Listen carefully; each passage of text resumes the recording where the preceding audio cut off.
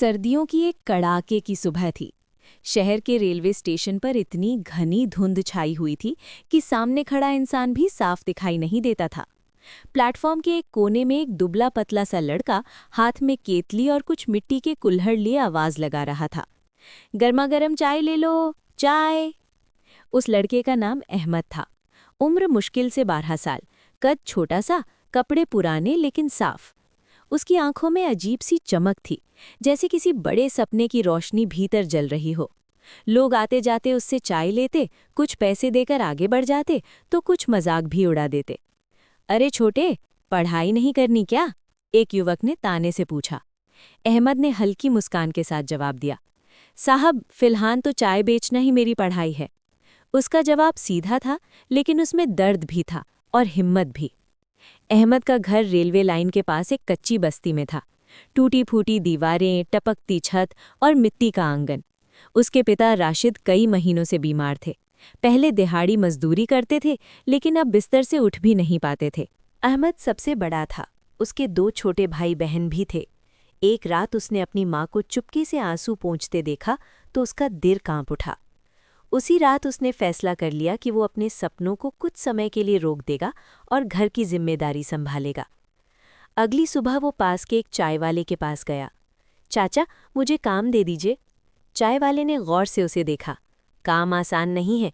सुबह 4 बजे उठना होगा, भारी केतली उठानी होगी, आवाज़ लगानी होगी। कर पाओगे? अहमद ने बिना झिझक कहा, जी कर लूँगा। और इस तरह उसकी मेहनत की कहानी शुरू हुई। वो रोज़ अंधेरे में उठता, चूल्हे पर चाय बनाता और स्टेशन पहुंच जाता। सर्दी गर्मी। बुजुर्ग ने मुस्कुराकर कहा, अगर मैं मदद करूं तो पढ़ोगे? अहमद की आंखों में उम्मीद की चमक आ गई। जी जरूर पढ़ूंगा। वो बुजुर्ग रिटायर्ड शिक्षक थे। उन्होंने अहमद के माता पिता से मुलाकात की और उसकी पढ़ाई का खर्च उठाने का फैसला किया। बस एक शर्त थी, मेहनत कभी नहीं छोड़ना। अहमद ने वादा किया। अब उसका दिन और भी मुश्किल हो गया।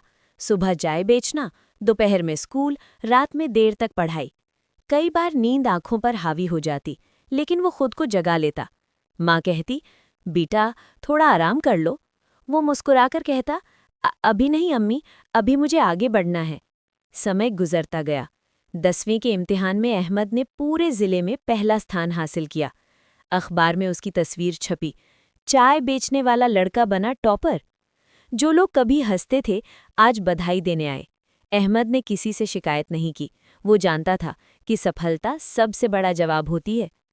कॉलेज में दाखिला मिला तो खर्च बढ़ गए। उसने अपनी रेहड़ी पर बिस्किट। लेकिन अहमद बदला नहीं।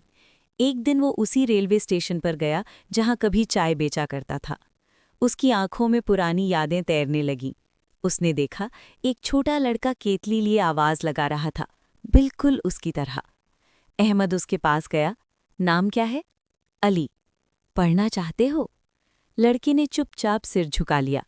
अहमद ने मुस्कुराकर कहा, आज से तुम्हारी पढ़ाई की जिम्मेदारी मेरी। अली की आंखों में आंसू आ गए। उस दिन अहमद ने गरीब बच्चों के लिए एक स्कॉलरशिप फंड शुरू किया। सैकड़ों बच्चों को पढ़ने का मौका मिला। एक इंटरव्यू में जब उससे सफलता का राज पूछा गया तो उसने कहा, मैंने कभी अपनी शुरुआत को नहीं भुलाया। मैंने हर मुश्किल को सीख समझा। उसने अपने माता पिता के लिए एक सुंदर घर खरीदा। माँ ने आंसुओं के साथ कहा, बेटा तुमने मेरा सिर गर्व से ऊंचा कर दिया। पिता ने कांपते हाथ से उसके सिर पर हाथ रखा। शाम के वक्त जब वो अपने ऑफिस की खिड़की से शहर को